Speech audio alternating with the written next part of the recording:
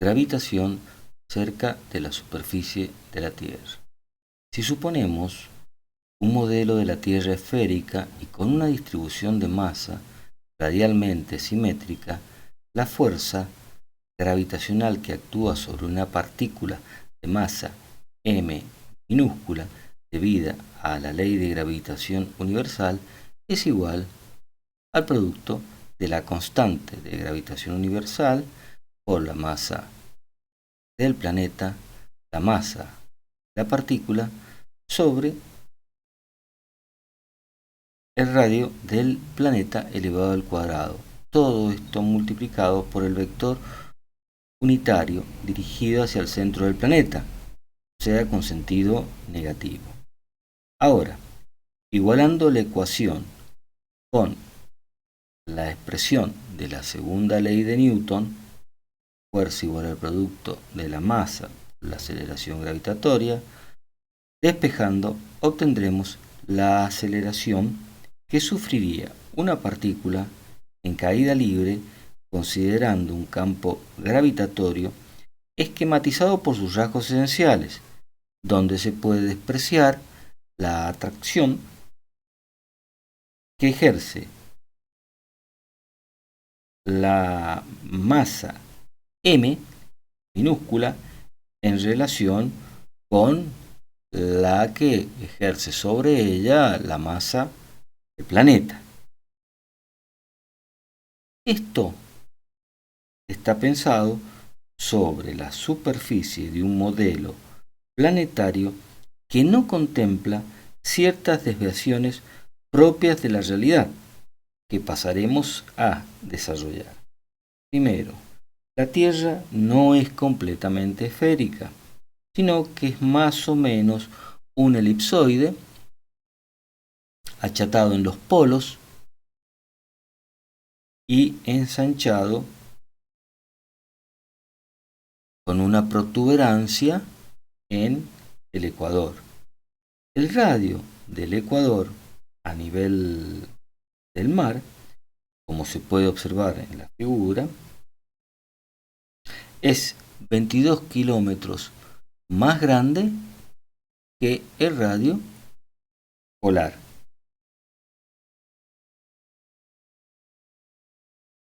Calculando con la ecuación la atracción gravitatoria en el ecuador, con los datos, siendo el radio en el ecuador 6.368 kilómetros y la masa de la Tierra y la constante de gravitación universal conocida, nos da que la atracción gravitatoria en el ecuador es 9,7803 metros por segundo cuadrado. Haciendo lo mismo en los polos, obtenemos que la atracción gravitatoria en el polo es 9,8322 metros por segundo cuadrado, con un radio polar de 6.356 kilómetros. Siendo mayor la atracción gravitatoria en los polos, como vemos, la aceleración de la gravedad varía con la latitud, y siendo el paralelo de latitud 0 un círculo concéntrico coincidente con el ecuador, a 45 grados de latitud norte o sur, sobre este nuevo círculo concéntrico, tomamos a nivel del mar la aceleración estándar de la gravedad, que es igual a 9,8665 metros por segundo al cuadrado. El gráfico que nos acompaña muestra claramente cómo varía la gravedad con la latitud, donde figuran valores en el ecuador, en los polos y a 45 grados de latitud norte o sur, denominada gravedad estándar. Antes de continuar, aclaremos En este primer análisis no está incluida la atracción gravitacional del resto de los cuerpos que componen el sistema solar, principalmente de la Luna y el Sol, que justificaremos en el efecto de las mareas. Hecha esta salvedad, sabemos que, además, un aumento en la altitud provoca una disminución del peso con respecto al que se tendría a nivel del mar. Por ejemplo, en el monte Everest, la montaña más alta de la Tierra, con una altitud de 8.849 metros sobre el nivel del mar, el peso disminuye aproximadamente 0,28% y hay un aumento de ese mismo peso aparente a esa altitud de aproximadamente un 0,079% debido a la disminución de la densidad del aire en ese nivel. Tanto en el gráfico como en la tabla expuesta se aprecia la influencia de la gravedad con la altitud en cualquier objeto. Cabe mencionar que es erróneo pensar que los astronautas en órbita no tienen peso. Esa denominación de ingravidez en realidad ocurre porque los objetos en órbita están en caída libre, o sea, bajo la acción exclusiva de un campo gravitatorio sin resistencia de algún fluido como el aire. La aceleración G de la gravedad a los 400 kilómetros, órbita en la que se encuentran la mayoría de los satélites, es de 8,70 metros por segundo al cuadrado. La variación de la gravedad con la altura se puede expresar mediante la siguiente igualdad, donde G sub I es la aceleración de la gravedad a la altura I con respecto al nivel del mar. R es el radio medio de la Tierra, 6.371.000 metros, y G sub 0 es la aceleración estándar de la gravedad de módulo 9,80.665 metros por segundo al cuadrado. La siguiente animación de la NASA y la Agencia Espacial de Alemania se muestra la desviación desde la gravedad estándar como referencia. Con color rojo, la gravedad tiene mayor magnitud y en azul menor. Debido a que, como venimos observando a lo largo de la superficie planetaria, se elevan y descienden formas topográficas, estando la mayor parte de la superficie terrestre cubierta de agua, donde también en el fondo de los mares está conformado por relieves, con salinidad diferente, provocando que el agua no se encuentre a la misma altura en todo el planeta. Aunque utilicemos el modelo de una Tierra con distribución de masa con simetría esférica aproximada, no implicaría necesariamente que la Tierra es uniforme. La densidad de las rocas superficiales, si las mismas son sedimentarias, es de 2.000 kilos por metro cúbico. Y si son basálticas, 3.000 kilos por metro cúbico. Y en el interior es mucho más denso. Siendo la densidad promedio del agua considerada de 1.000 kilos por metro cúbico y considerando las referencias geofísicas, en el centro de la Tierra la densidad alcanzaría casi 130.000 kilogramos por metro cúbico. Tanto la figura detallada como la gráfica nos muestran cómo varía la densidad en función de la distancia al centro de la Tierra. Un valor de utilidad podría ser determinar la densidad media. Si suponemos a la Tierra esférica, su volumen será igual a 4/3 de pi por radio al cubo. Reemplazando por los valores que ya conocíamos y luego determinando la densidad como la masa de la Tierra sobre este volumen que acabamos calcular, tendríamos una medida de densidad de 5.528 kilogramos por metro cúbico. Además,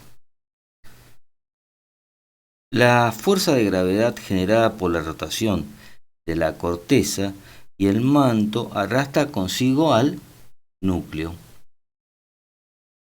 La rotación del núcleo sólido dentro del núcleo fundido genera un poderoso campo magnético que influye en la velocidad de rotación. Entonces, ahora contemplaremos que la Tierra real está rotando, por lo que es un marco de referencia no inercial. La figura siguiente nos presenta tres dinamómetros ubicados, uno en el polo, otro en el ecuador y el tercero con una latitud fija sobre la superficie terrestre, de los cuales cuelga una masa m. Cada dinamómetro ejerce sobre la masa una tensión T sub P en el polo, T sub B en el ecuador y T respectivamente. A dicha fuerza se opone una igual en módulo y dirección, pero de sentido contrario. Pero como las masas m no están en equilibrio, porque rotan junto con la corteza terrestre, las referenciaremos denominándolas como P sub A, peso aparente, para diferenciarlas del peso verdadero P sub 0. Sobre el modelo que supone la Tierra perfectamente esférica, tomando un sistema de referencia inercial con origen O en el centro, la fuerza neta en los polos está en equilibrio. Sumatoria de la fuerza neta en el polo es 0. Reemplacemos por los valores que componen la fuerza neta. T sub P menos P sub A. Pero P sub A es igual a P sub 0. Al reemplazarlo, nos quedaría que el dinamómetro tara el peso verdadero en el polo, porque la rotación no lo afecta al estar en el eje de rotación. La fuerza neta en el ecuador, producto de la masa por la aceleración centrípeta, aceleración normal o aceleración radial, quedaría expresada de la siguiente manera: P sub 0 menos la tensión en el ecuador igual a la masa por P cuadrado sobre el radio en el ecuador, que es la expresión de la aceleración centrípeta en función de B.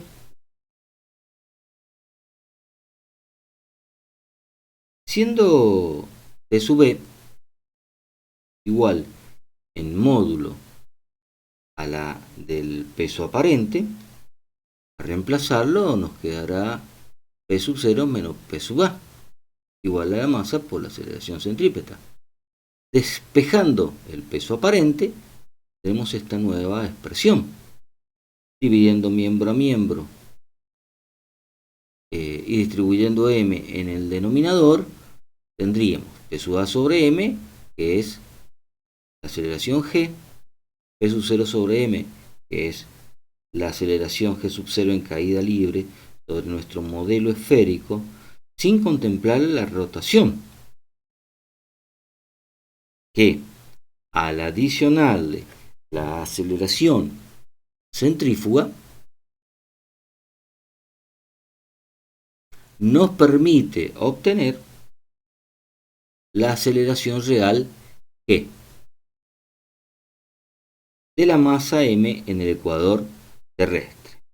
Además, sabiendo que v es el producto de velocidad lineal de la velocidad angular por el radio, en este caso del ecuador, a reemplazarlo acá y luego simplificar el cuadrado del radio con este radio en el denominador, nos quedaría que G es igual a G sub 0, aceleración en caída libre sin contemplar la aceleración, menos omega cuadrado por R sub B.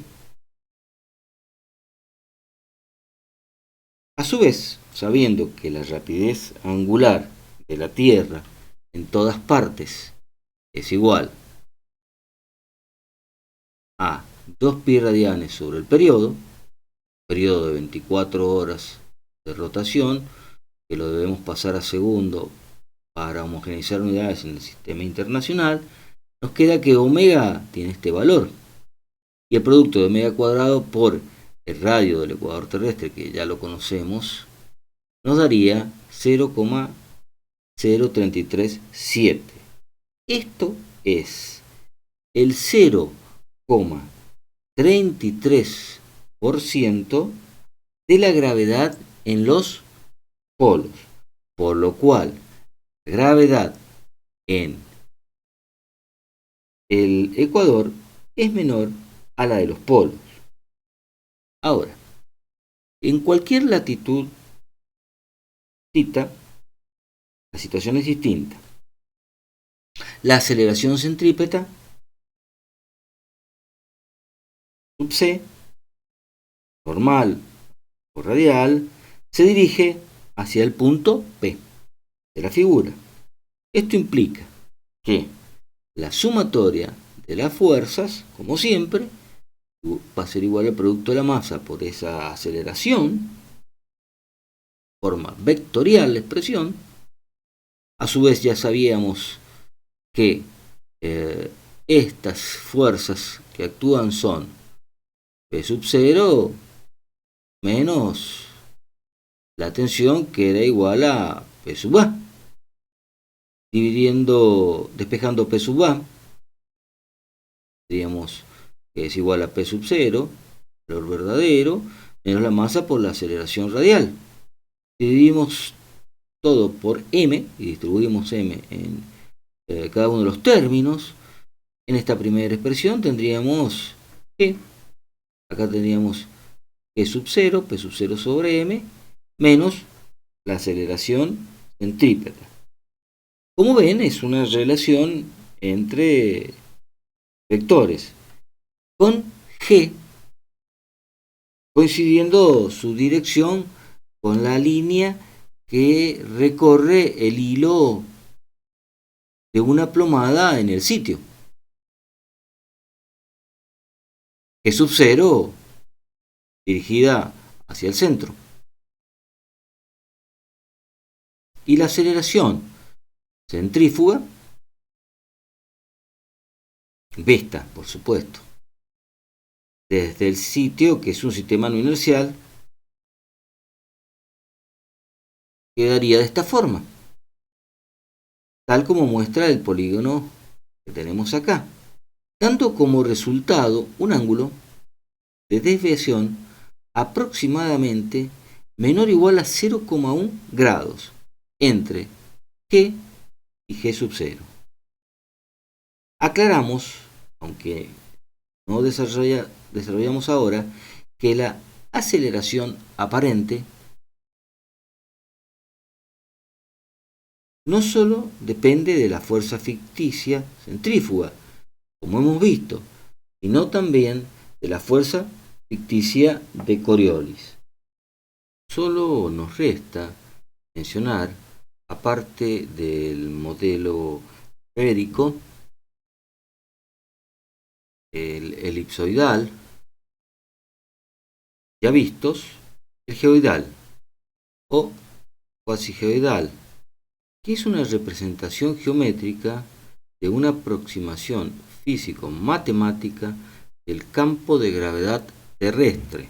El geoide se define técnicamente como una superficie equipotencial, es decir, aquella en la que la dirección de la gravedad es perpendicular en todos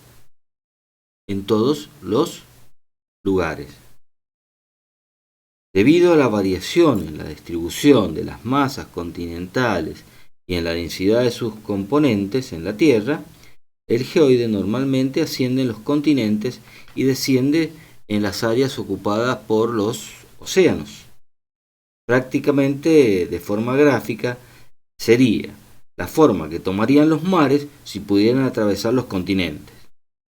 Como es irregular, al realizar observaciones sobre el modelo, con G, aceleración aparente de la gravedad perpendicular a él y no dirigida por supuesto hacia el centro de la Tierra, es necesario corregir las desviaciones de la vertical.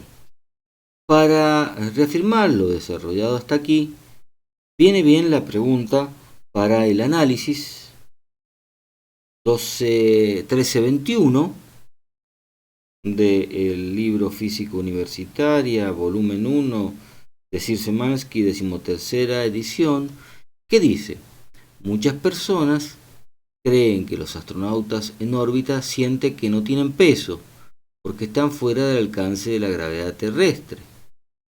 ¿Qué tan lejos tendría que viajar una nave para estar realmente fuera de la influencia gravitacional de la Tierra? En tal caso, ¿permanecería en órbita la nave? Explique su respuesta. ¿Cuál es la razón real por la que los astronautas en órbita se sienten sin peso? Para la primera parte, la gravedad se produce por variaciones en la curvatura del espacio-tiempo, las tres dimensiones del espacio más el tiempo, las cuales afectan todo cuerpo que tenga masa. Según la ley de gravitación universal de Newton, esta fuerza se anula cuando la distancia r sea infinitamente grande, o sea, donde la energía total sea nula o positiva. De esta forma, obtendríamos la velocidad de escape de la nave para lograr tal fin. En el infinito tendrá velocidad cero si la nave fue lanzada desde la Tierra justamente con la velocidad de escape. Si es mayor a esa velocidad de escape, llegará al infinito con alguna velocidad. Y si es menor, regresaría a la Tierra, a menos que sea colocada en una órbita limitada mediante sucesivas etapas del cohete propulsor y se cambie la dirección de la velocidad. Ahora, sobre un astronauta en órbita, la aceleración centípeta hacia el centro de la Tierra es igual al valor de la aceleración de la gravedad, que es sub cero, que ya habíamos visto. Por lo tanto, de las expresiones anteriores que tenemos acá, reemplazando P sub A por su equivalente M por G, P sub 0 por su equivalente M por G sub 0, y reemplazando G sub 0 por A sub C, este término se anula y nos dice que el peso aparente es 0. O sea, sí tiene peso. La atracción gravitacional sigue actuando sobre los astronautas.